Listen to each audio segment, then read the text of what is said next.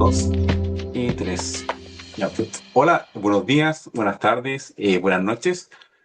El propósito del presente video es presentar una de las últimas entregas de la serie Hitos de la Salud Pública, que es un proyecto que la Unidad de Patrimonio Cultural de la Salud del MinSal viene desarrollando desde el año 2015.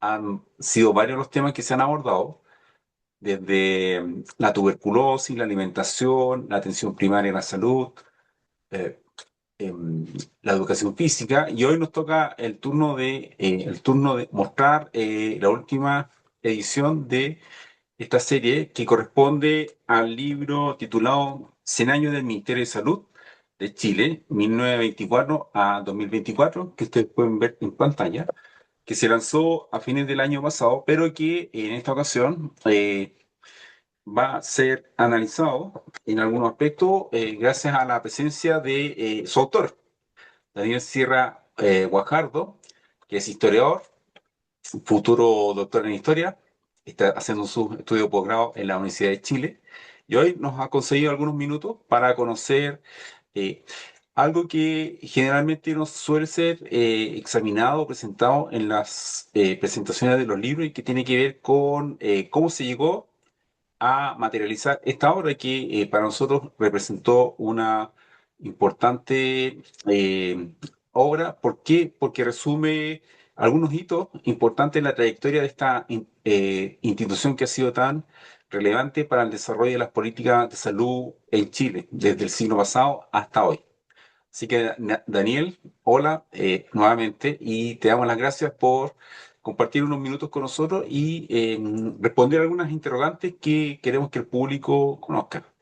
Eh, la primera tiene que ver con los desafíos o los principales desafíos que esta investigación reportó para ti, desde que Ujú. asumiste la tarea ya por el año 2018, si no me equivoco. Más o menos, sí. Sí, 2018, 2019, por ahí fue la primera etapa. Así que, Daniel, cuéntanos eh, los aspectos más relevantes de esa pesquisa. Vale. Bien, primero que todo saludar y agradecer la invitación al Ministerio, a la Unidad de Patrimonio.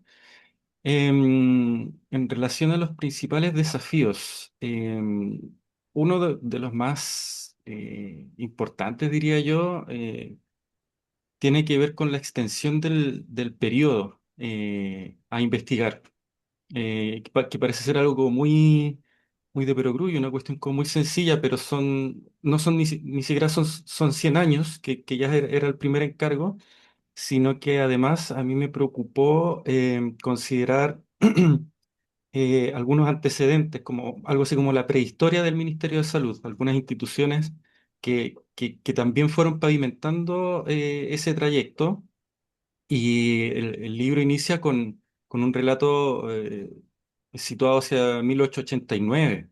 Entonces, hay ahí algunas décadas previas que hicieron aún más extenso ese periodo.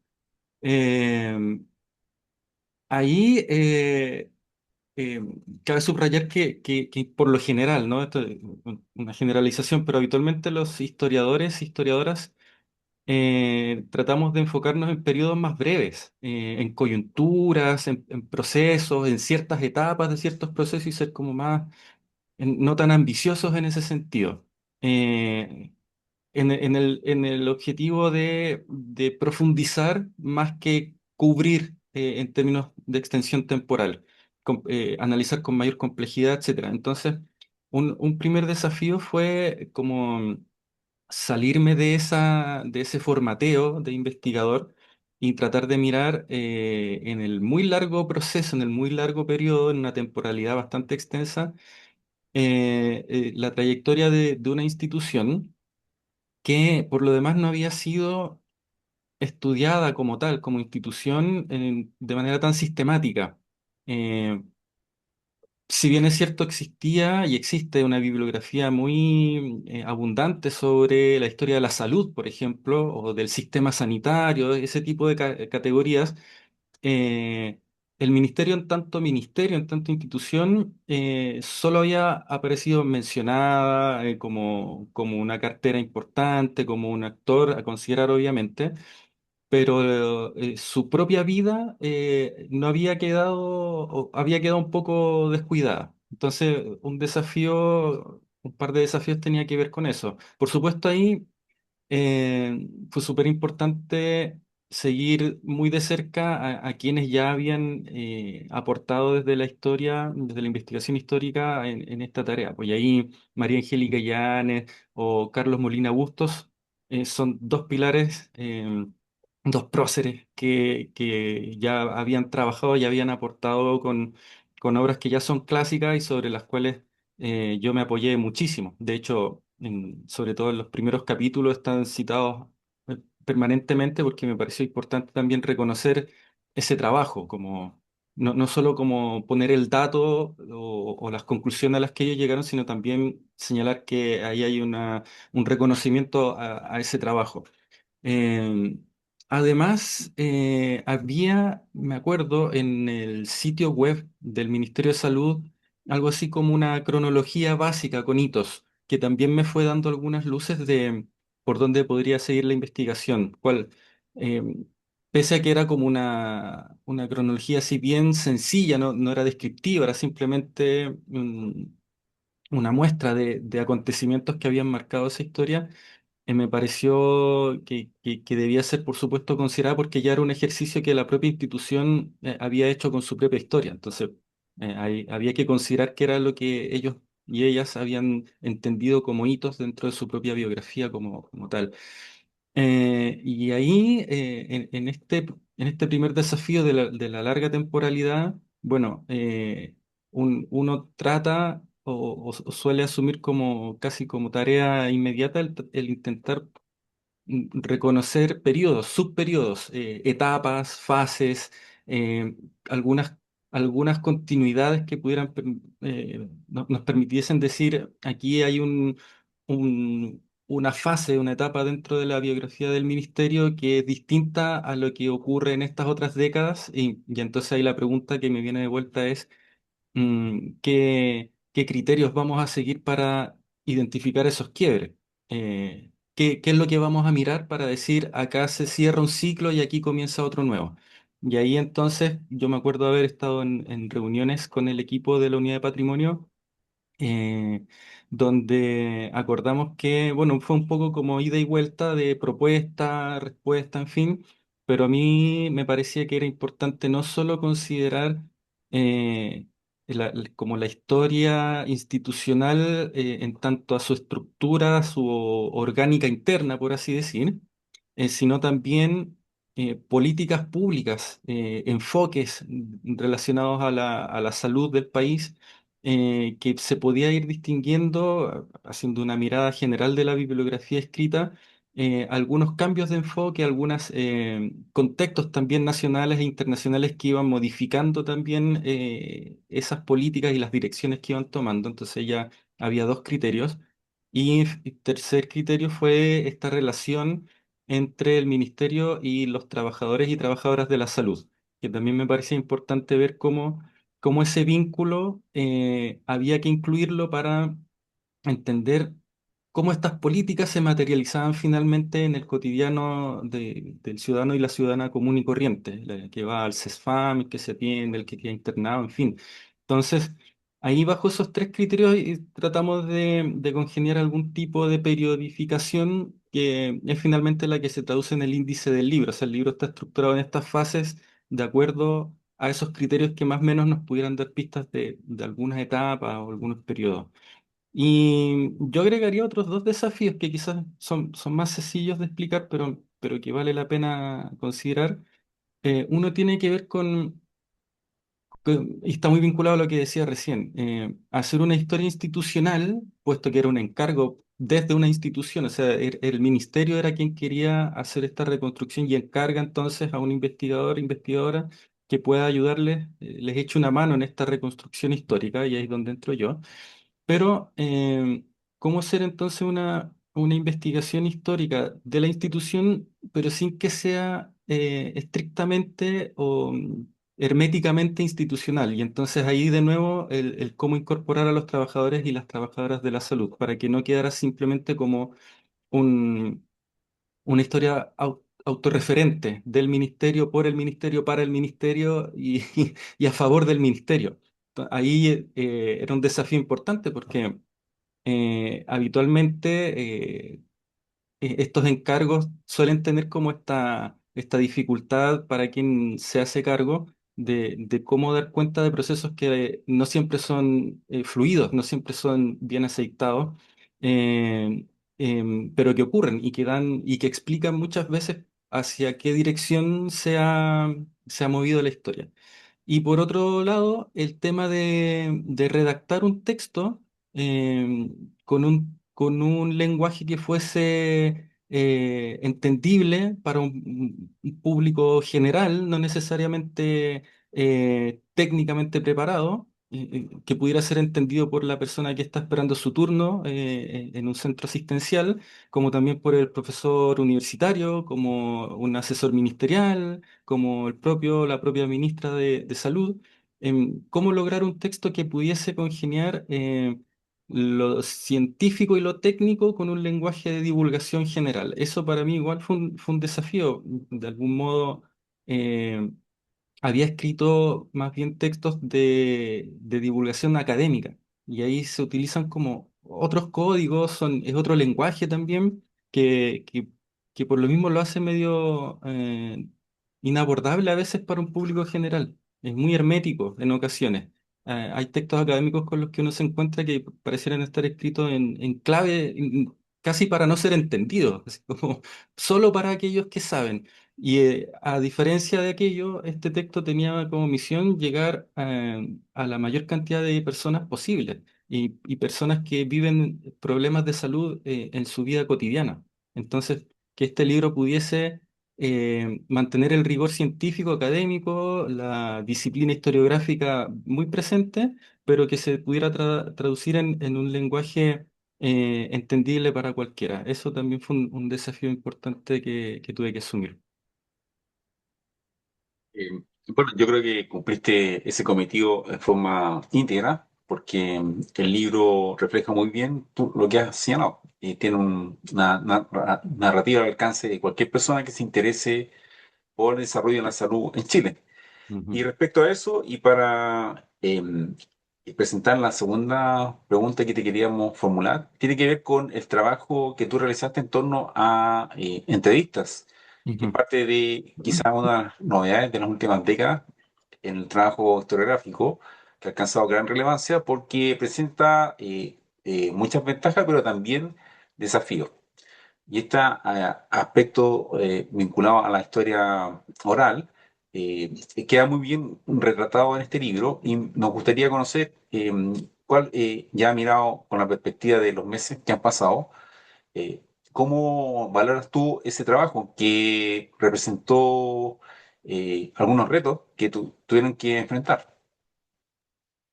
Sí, qué interesante y qué bueno que pongas ese tema en esta conversación porque si bien la historia oral, el uso de fuentes orales, testimonios obtenidos a través de entrevistas, focus group y otra serie de técnicas, eh, uno no podría decir que ya es como una innovación de estos últimos años, ya tiene una trayectoria importante y hay algunos antecedentes de trabajos que incluso se basan casi exclusivamente en historia oral. Eh, lo interesante sigue siendo, a mi modo de ver, y fue muy buena iniciativa de parte de la Unidad de Patrimonio esto de contactar a ex autoridades que hayan sido ministros o ministras o algunos asesores. Lo interesante que pienso yo es que el valor de estos testimonios es doble de algún modo, porque por un lado aportan ciertos, en términos como bien objetivos, como información o datos que probablemente sea muy difícil o casi imposible obtener de otro modo. No quedó en la prensa, no quedó en actas, no quedó en boletines, no quedó por escrito. Y cabe recordar que buena parte de la historia de nuestra disciplina de investigación por mucho tiempo se centró y se basó en lo escrito, en la huella escrita que habían dejado, pero el testimonio oral ahí viene a cubrir esos vacíos y nos aporta información que puede ser sobre la discusión de algún proyecto de ley, que puede ser acerca de alguna reestructuración propia del ministerio, una serie de debates que probablemente no íbamos a encontrar de otra manera, o, o que a lo mejor sí lo íbamos a hacer, pero en estos casos nos facilitaban la pista y nos ayudaban a hacer el trabajo mucho más rápidamente. Y aquí cabe recordar que esta investigación tenía plazos bien acotados para su desarrollo, entonces uno no dispone de 5 años o 3 años como puede ser un Fondesit, sino que había un año y bueno, después vino la pandemia de COVID, entonces ahí tuvimos como un paréntesis largo en que el trabajo estuvo en pausa. Pero voy a que estos testimonios ayudaron mucho a aportar estos datos que estaban difícil de encontrar. Pero sumado a eso, y como segundo aporte de los testimonios orales, yo diría que, al menos en mi caso, en mi formación como estudiante, como investigador, en la universidad, siempre que tomé estos cursos de metodologías de investigación oral, en fin, se me recalcó mucho esta idea de que los testimonios no solo aportan estos datos objetivos, sino que también aportan una subjetividad que hay que estar muy atento, porque dice mucho e incluso dice más de lo que el dato objetivo está aportando. Ahí depende mucho de lo que el historiador, el investigador quiera saber, cuál es la pregunta que tiene y qué anda buscando. En este caso, a lo mejor otro investigador, otra investigadora podría haber simplemente tenido la intención de recopilar información, sistematizarla y hacer su relato. A mí eso también me interesaba, pero además de eso me interesaba saber qué era lo que los propios actores y actrices de esta historia recordaban, que ya es una dimensión, es un espesor distinto, una subjetividad extra. ¿Qué es lo que recuerda? ¿Qué es lo que retuvo? ¿Qué es lo que quedó como en este decantado después de años, décadas de haber participado en el ministerio y que queda como depositado en algún cajón de su memoria, en alguna bodega, y que ante la pregunta de cómo fue su experiencia en el ministerio empiezan a aflorar no solo datos, sino que también emociones, experiencias, ¿no? El cómo lo viví. Y ahí fue muy valioso el haber contactado, y ahí se agradece mucho la gestión que hizo la unidad de patrimonio porque eh, cada entrevistado tenía guardados muchos recuerdos que a lo mejor ya los había compartido en otra ocasión con sus familiares, amigos, colegas, etcétera. Pero en este contexto de entrevista, como situados frente a una misión de reconstruyamos la historia del ministerio, afloran recuerdos que están cargados de emoción acerca de cómo se vivió tal discusión, las tensiones que se generaron, las peleas, los acuerdos, los momentos en que se pudo firmar una ley que fue un gran aporte para la salud del país, etcétera. Y ahí yo me quedo con ambos aportes, en el fondo, no descartar en ningún caso todo lo que aporta en términos de información nueva, que ya es una gran ganada para la investigación, sino también cómo cada autoridad o ex autoridad fue reconstruyendo en su propia memoria la experiencia vivida.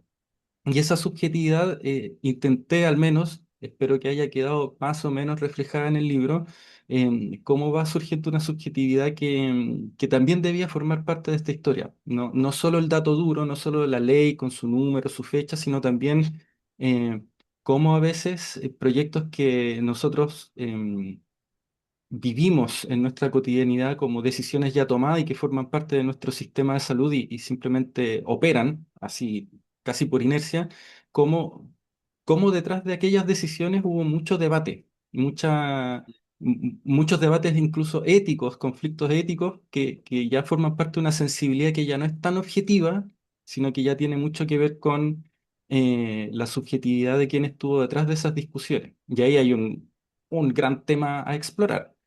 Eh, Pienso sí, y como para ir, como para agregar algo más, pienso sí que quedó pendiente y puede ser un desafío para quien quiera seguir desarrollando este tema. El tema señalado hace un rato atrás, esto de incluir a trabajadoras y trabajadoras de la salud. Pienso que tal vez hubiese sido muy interesante, pero por tiempos, por qué sé yo, haber también conocido el testimonio de alguno de los dirigentes, por ejemplo, dirigentes de los trabajadores, dirigentes de las enfermeras, en fin. Toda esa parte, toda esa dimensión del trabajo se basó básicamente a través de los boletines, comunicados, actas que quedaron anotadas en alguna, pero faltó ahí como para que quedara equilibrado de algún modo, faltó la voz de estos trabajadores, su propia experiencia, eh, contrastada con la voz de las autoridades que habían participado en el ministerio. Pero ahí quizás se nos escapaba un poco ya de tiempos, disponibilidades, etcétera, y quedará como un desafío. Quién sabe, en algún futuro próximo alguien se anime e intente hacer un poco esa recopilación y sistematización de testimonios desde esa otra vereda. Sería genial. Efectivamente, Daniel, una de las ventajas que ofrece tu libro es que deja varias puertas abiertas y como tú lo mencionaste, y a propósito del uso de la metodología que, que recae en la historia oral, esperamos que alguien se entusiasme, alguien historiador, historiadora, que le interese la salud pública en Chile y siga esta trayectoria en torno a quienes han sido parte importante de la ejecución, planificación de lo que se llama políticas de salud en Chile. Ujú. Y bueno, con esta reflexión que tú nos planteaste, esperamos ya cerrar esta mini entrevista. Te agradecemos sinceramente estos minutos que nos entregaste porque así también la gente conoce al autor de esta obra y el trabajo que estuvo detrás. Quienes estén interesados en descargar gratuitamente este texto lo pueden hacer en el sitio web repositoriodigital.minsal.cl, donde van a poder no solo descargar esta obra, sino que toda la serie que forma parte de Hitos de la Salud Pública. Daniel, te deseamos mucha suerte en Muchas tus gracias. proyectos personales, que termines con éxito tu doctorado. Y Muchas bueno, gracias. en lo personal yo creo que nos vamos a seguir viendo en algún momento Seguro. y que tengas unas buenas vacaciones. Vale, muchas gracias por la invitación, muchas gracias por difundir este trabajo. Agradecer también la iniciativa de la Unidad de Patrimonio, no solo con este texto, sino que con los anteriores. Genial que estén a disposición de quien quiera leerlos, también en su página web, en formato digital. Eso facilita mucho, incluso su difusión a nivel internacional. Está buenísimo eso también. Eh, Nos vamos a seguir viendo muy probablemente y quedo atento a cualquier nueva invitación, cualquier nueva propuesta. Se agradece el deseo de un descanso en tiempos de vacaciones, después de un año bien Sí, intenso, entonces, harta carga académica también, y ojalá el doctorado se encamine por una buena ruta. Estamos poniendo todo el esfuerzo para aquello, pero bueno, aquí quedo a disposición de ustedes.